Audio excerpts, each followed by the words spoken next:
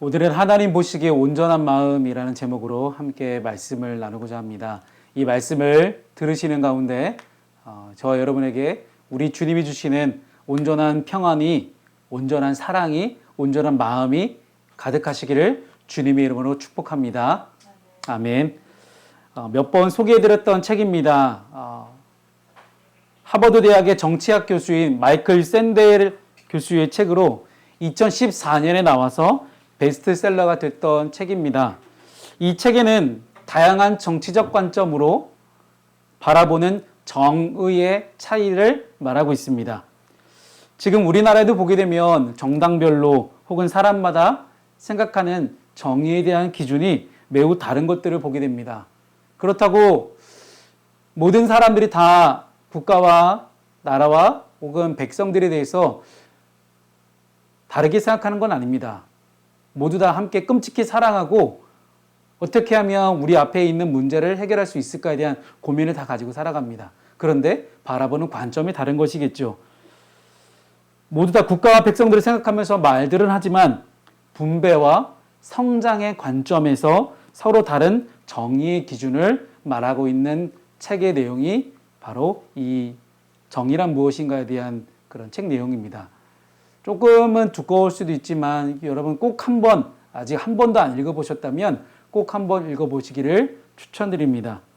오늘 성경에는 유다의 세 번째 왕인 아사의 이야기를 통해서 하나님이 말씀하시는 옳고 그름의 정의를 말하고 있습니다. 이전 왕이었던 아비야는 왕이 되고 나서 전쟁부터 시작합니다. 그와는 반대로 아사 왕은 평안으로 시작합니다. 그런데 우리가 시작만 봐서는 안 되는 것이 아비야는 전쟁으로 시작했지만 그의 말년은 하나님이 강성하게 하시는 인생으로 마무리하게 됩니다. 그러나 아사 왕은 말년에 전쟁이 끊임없이 있었고 그가 하나님의 선지자를 옥에 가두고 그의 발에 병이 나는 등 말년은 그다지 평안하지 못했음을 우리는 보게 됩니다. 오늘 우리가 첫 번째 찬양으로 평안을 너에게 주노라 라는 찬양을 함께 했습니다. 과연 이 평안은 어떻게 올 수 있을까요? 우리는 세상을 살아가면서 나름대로 내가 생각하는 정의를 추구하며 내가 평안을 얻고자 합니다. 내가 생각하는 분배와 혹은 내가 생각하는 성장과 내가 의지하고 있는 것들을 통해서 우리는 이것이 정의롭다라고 생각하며 그 가운데서 내 마음의 평안을 얻고 합니다. 그러나 성경은 우리에게 이렇게 말씀합니다. 세상이 주는 평안은 주님이 주는 평안과는 질이 다르다. 오직 하나님께서 허락하시는 평안만이 우리를 온전한 평안으로, 완벽한 평안으로, 완전한 평안으로 인도하신다는 것이 있습니다. 이 점을 볼 때 우리가 기억할 것이 있습니다. 여러분, 신앙이라는 것은 습관이라는 것입니다. 지금 여러분들 보시면 아시겠지만 이 온라인 예배 가운데 우리 청년들이 많이 없습니다. 그렇죠? 너무나 안타깝습니다. 이 청년들 다 어디 갔는지, 저희 청년 카톡방에 있는 이 애들 다 어디 갔는지 모르겠어요. 잠깐 청년의 때에 열심히 교회를 다닐 수는 있어요. 예배할 수 있습니다. 그런데 반짝하는 신앙이나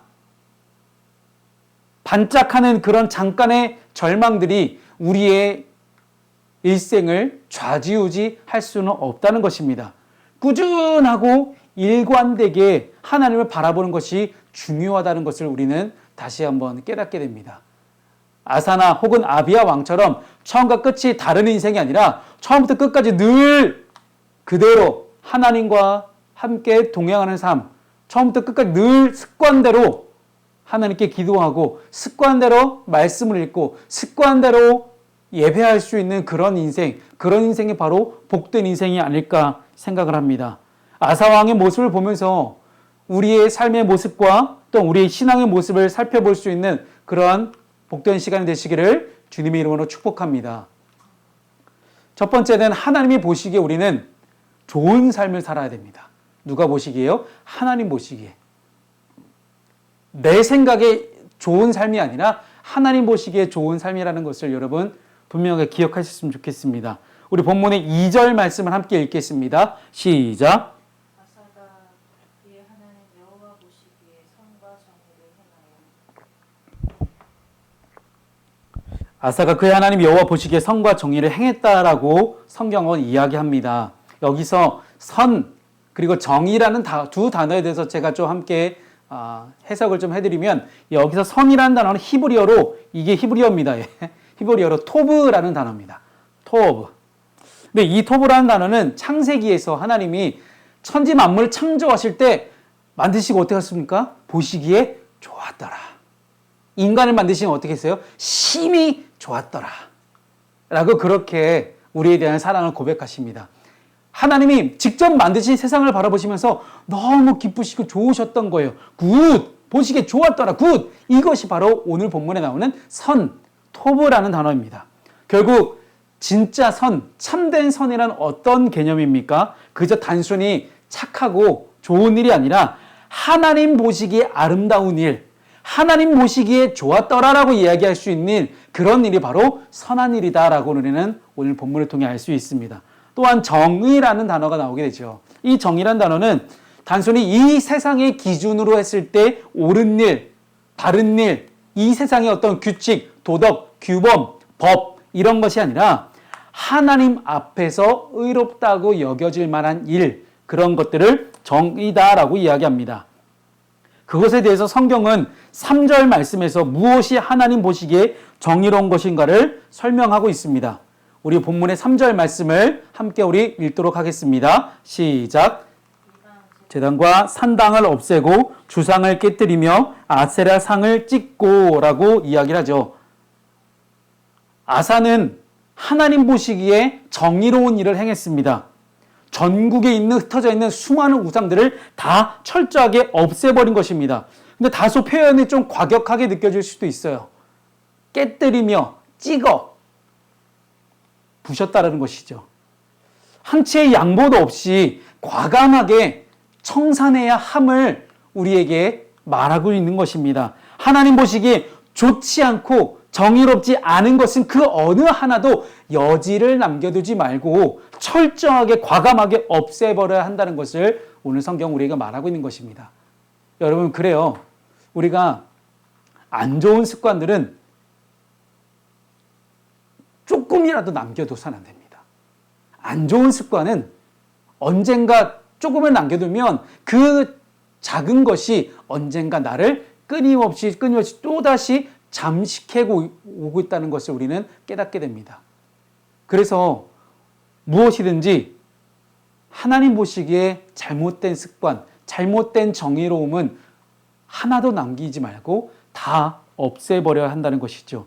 이런 토브, 선과 정의는 아사왕의 시대와 또한 후에 나오는 히스기야 왕 시대 외에는 사용된 적이 없는 그런 단어입니다. 그러니 이 아사왕의 시대가 처음 부분에, 아사왕의 이제 집권 초기 부분에 하나님 보시기에 얼마나 기쁘시고 아름다우시고 좋았다라는 것을 우리는 깨닫게 되는 것이죠.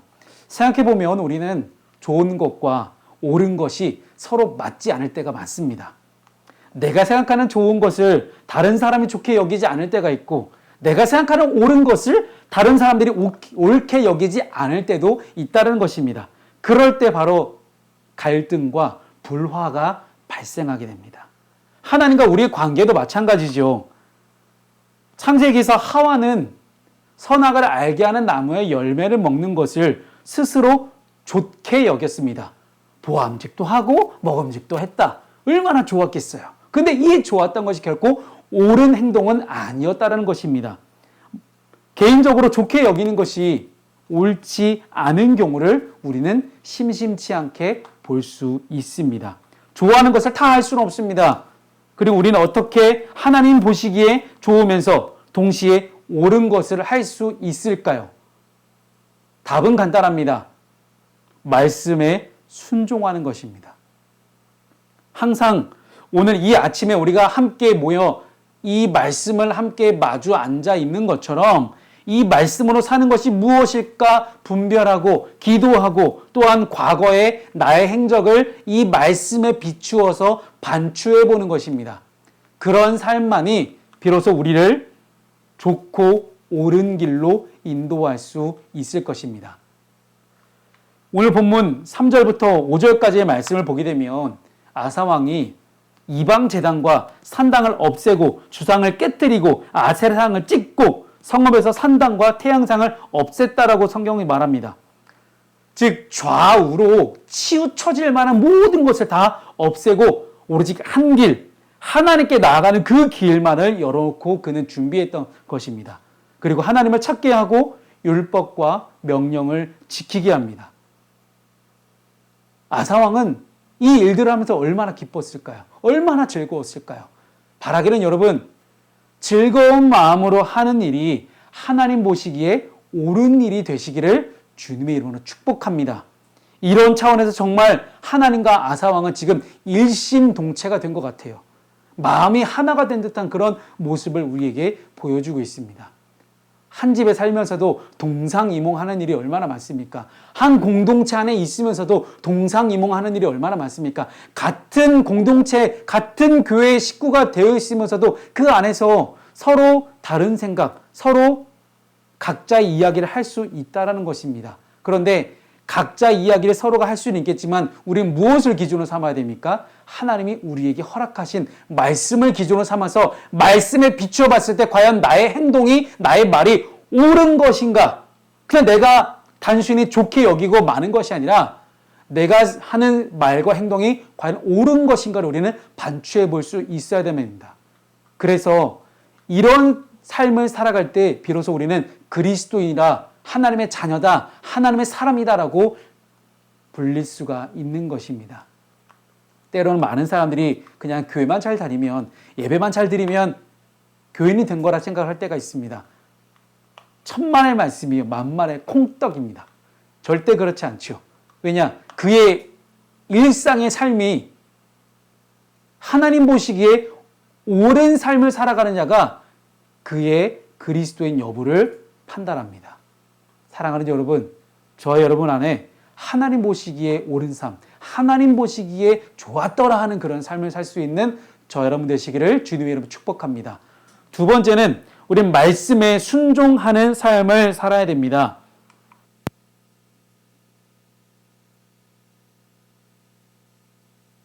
오늘 본문 말씀 4절 말씀을 우리 함께 읽어보겠습니다. 시작.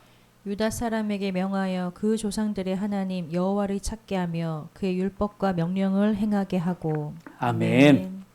여러분, 참된 종교개혁은 부정적인 것을 없애버리는 데 그치지 않습니다. 나에게 잘못된 습관이 있어요. 그러면 그 잘못된 습관에 대해서 이거 잘못됐다는 것이 인식이 됐을 때 그 잘못된 것을 단순히 없애는 데 그쳐버리면 뭔가 다시 그 빈자리를 채울 것이 없게 됩니다. 여러분, 비워냈으면 비워낸 자리에다가 또 다른 것을 채울 수 있어야 됩니다. 그래서 아사왕은 부정적인 것을 다 없애버린 다음에 백성들에게 선포합니다. 여호와를 간절히 찾도록 명령합니다. 여기서 여호와를 구하다, 찾다라는 이 동사는 아사왕에 대해서 기록하고 있는 역대하 14장부터 16장까지 전체적으로 무려 10번이나 등장합니다. 그만큼 많이 반복됐다는 것은 아사왕이 여호와 하나님을 구하고 찾는 부분에 대해서 가장 강조했음을 우리는 알게 됩니다. 여러분, 저희 교회에서 제가 담임 목사로서 여러분에게 제일 많이 강조하는 게 뭔지 기억하시죠? 매일 아침마다 8시에 있는 이 말씀 묵상하는 것, 그리고 그 읽은 말씀을 가지고 기도하는 것. 저는 계속 이거에 대한 이야기만 합니다. 일상에서, 여러분의 일상의 삶 가운데, 매일매일의 삶 가운데서 어떻게 내가 말씀을 묵상하고 매일매일 하늘에서 내려왔던 이 만나를 먹었던 이스라엘 백성들처럼 매일매일 어떻게 말씀을 먹을 수 있을까에 대한 이야기만 제가 계속하지 않습니까? 아사왕의 이스라엘 나라를 통치하는 통치 철학을 우리는 보게 됩니다. 어느 조직이든지 어느 공동체든지 그 리더는 통치하는 철학을 반드시 나타내게 됐는데, 아사왕의 통치 철학은 강력한 군대를 양성한다, 그럴 수 있어요. 백성들에게 다양한 분배 정책을 한다, 그럴 수 있어요. 근데 아사왕이 가졌던 제일 첫 번째 원칙은 하나님을 찾고 구하는 것이었습니다. 즉, 온 백성이 하나님을 찾고 온 백성이 하나님께 날마다 기도하며 나아가는 것을 그는 강조했던 것입니다. 또한 구체적으로 이 일은 어떻게 이루어질 수 있습니까? 하나님을 찾고 구할 때 우리에게 중요한 매개체, 도구가 하나 있는데 그것이 바로 하나님의 말씀이라는 것이죠. 그래서 하나님의 말씀을 회복하는 일에서부터 하나님을 찾고 구하는 것이 시작된다는 것입니다. 예전에도 제가 말씀드렸지만 저희 교회를 이제 떠나는 청년들 같은 경우에 제일 첫 번째 증상이 뭐라고 했죠? 예배를 멀리하기 시작한다는 거죠. 말씀을 멀리하기 시작하는 거예요. 기도를 멀리하기 시작하는 거예요. 즉 하나님을 멀리하기 시작하면 내 삶 속, 일상의 삶 속에서 하나님과 멀리하는 것이 점점 반복될수록, 그리고 하나님이 이 교회 가운데 대신해서 보내신 이 목사, 목회자와 조금씩 거리를 두면 둘수록 계속해서 우리는 교회를 떠나게 되고 하나님과 멀어지는 그런 결과를 낳게 된다는 것입니다. 그래서 말씀이 가장 중요합니다. 선포되어지는 말씀, 기록된 말씀이 가장 중요합니다. 이 말씀을 통해서 가지 않고서는 진정한 영적 회복과 개혁이 일어날 수가 없다는 것입니다. 아사왕은 참된 종교개혁과 부흥이 이 율법의 회복, 말씀의 회복에서 시작되는 사실을 분명히 알고 있었습니다. 이것은 우리 지난 2000년의 교회 역사를 돌아보아도 중세의 종교개혁이나 이후에는 수많은 종교개혁들, 그리고 1907년 평양부흥운동도 1903년에 원산에서 말씀 사경회를 하는 중간에 이것이 시작되었음을 우리는 부인할 수가 없습니다. 그랬더니 하나님은 이 아사 왕에게 무엇을 주십니까? 평안을 주셨다라고 6절 말씀이 기록을 합니다. 여러분, 그런데 평안할 때 나에게 아무런 일이 일어나지 않아서 너무나 마음이 평안한 삶을 살아가고 있어요. 그렇다고 우리가 아무것도 안 할 때가 아닙니다. 평안할 때 우리는 무엇을 해야 됩니까? 더욱더 말씀에 집중해야 됩니다. 7절 말씀에서 아사는 우리가 우리 하나님 여호와를 찾았기 때문에 하나님께서 땅을 우리에게 소유하게 하셨다라고 고백합니다. 그리고 그 땅에 하나님이 전쟁이 없는 평안을 주셔서 견고하게 만드는 요새 작업을 할 수 있었다는 것입니다. 우리의 삶도 마찬가지입니다. 하나님이 저와 여러분에게 지금 평안과 안식과 쉼을 허락하셨다면 그저 평안함 속에, 익숙함 속에 머물러 있을 것이 아니라 나에게 평안을 주신 분이 누구신지에 대해서, 평안의 주체에 대해서, 평안의 주인에 대해서 우리는 분명하게 믿음으로 고백할 수 있어야 된다는 사실입니다. 그저 내가 평안하니, 그저 내가 괜찮으니 좀 더 자자, 좀 더 눕자, 좀 더 쉬자가 아니라 더 말씀에 순종하기 위해서, 하나님을 위해서, 교회를 위해서, 가정을 위해서, 우리 지역사회를 위해서, 우리 국가와 나라와 민족을 위해서, 온 세계 열방을 위해서 내가 어떻게 헌신하고 희생하며 나아갈 수 있을지에 대한 그런 깊이 있는, 가치 있는 길을 우리는 모색할 수 있어야 됩니다. 우리의 가정이, 나의 교회 공동체가 더 견고하게 하나님을 예배할 수 있도록, 그런 곳이 될 수 있도록 지금의 평안할 때 우리의 시간과 우리의 재정과 우리의 물질을 사용하고 악한 사탄과의 영적 전쟁이 오기 전에 평안할 때에 우리는 영적 전쟁을 준비해야 될 줄로 믿습니다. 2차 세계대전에서 히틀러는 주변 수많은 나라들을 점령합니다. 근데 유일하게 독일이 바로 옆에 있으면 러시아처럼 좀 멀리 있는 것도 아니고 영국처럼 도보해를 건너야 되는 것도 아니고 바로 옆에 있는 나라인데도 불구하고 점령하지 못한 나라가 있는데 그것이 바로 스위스라는 나라입니다. 우리가 생각하기에 스위스는 그다지 강대국은 아닌데? 그리고 지금 보면 전 세계에 있는 모든 나라 중에 유일한 중립국이 어디입니까? 스위스입니다. 근데 그것이 어떻게 가능할까요? 여러분, 스위스라는 나라가 우리가 볼 때 유럽에서 프랑스, 독일, 이탈리아 이런 나라들에 비해서 좀 연약해 보일 수도 있습니다만은 여러분, 2차 세계대전이 열리기 이제 발발하기 몇 년 전부터 스위스는 전쟁의 징후를 감지하고 있었습니다. 그리고 그들은 막강한 군대를 준비하기 시작합니다. 분명히 저 독일이 무슨 짓을 저지를 것이 뻔하다. 난리가 났어요. 스위스 백성들이 무슨 얘기냐. 야, 국방부 장관 해임해라. 난리 났어요. 그런데도 불구하고 스위스는 묵묵히 자신들의 국방력을 강화하는데 힘을 기울입니다. 물론 백성들은 세금을 많이 내야 됐고요. 하지만 그런 희생과 헌신으로 인해서 유일하게 독일이 바로 옆에 있는 나라지만 침략할 수 없는 견고한 나라를 스위스는 만들었다는 것이에요. 우리나라 조선은 어땠습니까? 분명히 조선통신사가 일본을 다녀온 다음에 분명히 도요토미 히데요시가 전쟁 일으킬 것이 뻔한데, 근데 우리나라는 당파 싸움에 밀려서 전쟁을 준비하지 못하지 않았습니까? 그 결과 우리는 임진왜란이라는 참혹한 현실을 경험해야 했습니다. 전쟁은 전쟁이 발발하고 준비하는 것이 아닙니다. 전쟁은 평화의 때에 준비하는 것이 전쟁 준비입니다. 악한 사탄 마귀는 우리를 끊임없이 우는 사자같이 우리를 집어삼키려고 늘 끊임없이 우리에게 다가옵니다. 우리를 유혹하죠. 어떻게 하면 우리를 넘어뜨리게 할까? 어떻게 하면 저 사람이 예배를 못 드리게 할까? 어떻게 하면 저 사람이 교회를 못 가게 할까? 어떻게 하면 목사님부터 멀어지게 만들 수 있을까를 사탄은 늘 끊임없이 고민합니다. 그런데 우리가 평안할 때, 온전할 때, 내 마음 가운데 말씀이 가득할 때 이 말씀으로 철저하게 무장하지 않으면 우리는 언제든지 넘어질 수 있다는 것입니다. 사랑하는 여러분, 전쟁이 발발하기 전에 사단과의 그 모든 전쟁을 강력하게 승리할 수 있는 유일한 검, 성령의 검을 가지고 맞서서 싸울 수 있는 그런 힘, 그런 내력, 그것이 오직 말씀임을 꼭 기억하시면서 하나님만을 철저하게 찾고 구할 수 있는 것이 바로 하나님 생각하시는 온전한 평화요, 온전한 평안이며 온전한 샬롬이며 또한 하나님 보시기에 좋은 삶임을 우리가 잊지 않았으면 좋겠습니다. 마지막 세 번째는 우리는 하나님을 신뢰하는 삶을 살아야 됩니다. 그런데 이 앞에 제가 화면은 넣어놓지 않았지만 앞에다 하나를 조금 붙여놨으면 좋겠어요. 뭐 어떤 수식어냐면 고난 중에도 하나님을 신뢰할 수 있었으면 좋겠습니다. 아사왕이 하나님 주신 평안할 때에 성읍을 견고하게 쌓고 성곽을 쌓았습니다. 전쟁 준비를 잘한 거죠. 그리고 8절에 보니까 뭐라고 말합니까? 유다 지파 중에서 30만 명, 베냐민 지파 중에서 28만 명의 군대를 키워냈습니다. 아까 우리 시현 집사님께서 기도를 하셨듯이 58만 명이 이제 100만 군대와 싸워야 됩니다. 이 58만 명은 절대로 약한 군사가 아니에요. 그들을 다 용사로 키워냈습니다.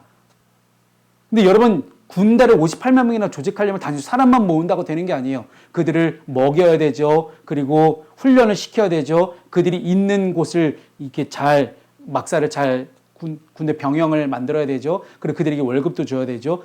정말 줘야 될 게 많습니다. 그런데 그만큼 경제력이 막강했다라는 거예요. 용맹한 군대를 키웠는데 어떤 사건이 등장합니까? 구스의 왕 세라가 쳐들어옵니다. 병력도 엄청나게 많아요. 남유다의 2배가 가까이 되는 100만 군대와 300대의 병거가 지금으로 말하면 탱크자 전차잖아요. 엄청난 군대가 왔는데 이때 아사의 기도를 우리가 함께 읽어보면 좋겠습니다. 아사의 기도 시작. 아사가 그의 하나님 여호와께 부르짖어 이르되 여호와여 힘이 강한 자와 약한 자 사이에는 주밖에 도와주리가 없사오니 우리 하나님 여호와여 우리를 도와주소서. 우리가 주를 의지하오며 주의 이름을 의탁하옵고 이 많은 무리를 치러 왔나이다. 여호와여 주는 우리 하나님이시오니 원하건대 사람이 주를 이기지 못하게 하옵소서 하였더니 아멘. 여러분 10년의 긴 세월 동안 평안이 있었습니다. 견고한 성읍과 성곽과 군대가 있더라도 고난과 어려움이 닥쳐왔을 때는 뭐 해야 됩니까? 하나님께 묻고 또 물어봐야 됩니다. 그때마다 하나님은 다른 길을 여실 수도 있고 때에 따라 맞는 은혜를 우리에게 허락하시기 때문입니다. 아사왕은 자신을 의지하는 것이 사람도 아니고 자신이 가지고 있는 것을 의지하는 사람도 아니었습니다. 여호와 하나님께 부르짖고 여호와 하나님만을 찾고 의지하는 그런 사람이었다는 것입니다. 그래서 제가 빨간색으로 표시를 하는데요. 사람이 주를 이기지 못하게 하옵소서. 야, 너무나 멋진 고백 아닙니까? 바라기 여러분도 이런 기도, 이런 고백을 할 수 있기를 바랍니다. 여러분, 사람이 주를 이기지 못하게 하옵소서. 이것은요, 이미 아사왕에게는 이 전쟁이 사람과 사람 사이, 국가와 국가 간의 전쟁이 아니었다라는 거예요. 구스와 유다의 싸움이 아니라 사람과 하나님, 여호와 하나님과의 싸움임을 그는 고백하고 있었던 것입니다. 모든 전쟁의 주권을 하나님께 내어 맡기는 그런 놀라운 믿음의 고백, 그런 신앙 고백을 아사는 하고 있는 것입니다. 아사 왕에게 유다의 왕은 누구입니까? 아사가 아니라 하나님 한 분이었습니다. 하나님이 세우신 이스라엘 나라의 왕을 하나님은 높여 세워지는 그 아사 왕을 하나님은 굿, 토브, 선하다, 좋다, 보시기에 심히 좋았더라 여기셨던 것입니다. 말씀을 정리합니다. 우리도 이와 같은 고백을 하기를 원합니다. 주밖에 우리를 도와줄 리가 없습니다. 주님 외에는 우리에게 도움을 줄 수 있는 분이 없습니다라고 우리가 고백했으면 좋겠어요. 여러분의 삶과 여러분의 가정과 여러분의 일터가 하나님이 다스리시는 나라가 되어서 어려울 때마다 기도하면 그 문제는 이제는 나의 싸움이 아닙니다. 내 문제가 아닙니다. 하나님의 문제예요. 하나님의 싸움이 된다는 것이죠. 내 모든 것이 하나님의 것입니다. 내가 있는 이곳이 하나님을 다스리시는 나라가 되기를 원합니다. 하나님이 이 모든 어려움과 문제 가운데서 역사에 주시옵소서라고 그렇게 기도할 수 있기를 축복합니다. 내가 이 자리에서 많은 것들을 이루었고, 내가 이 자리에서 많은 것들을 세웠고, 내가 이 자리에서 많은 것들을 성취했다 할지라도 이 모든 것이 다 하나님의 것이요, 이 모든 것이 다 주님의 것이라고 고백하고 날마다 우리가 말씀으로 은혜를 구하고 날마다 말씀으로 하나님의 인도하심을 구할 수 있는 저와 여러분의 삶이 되시기를 주님의 이름으로 축복합니다. 아멘.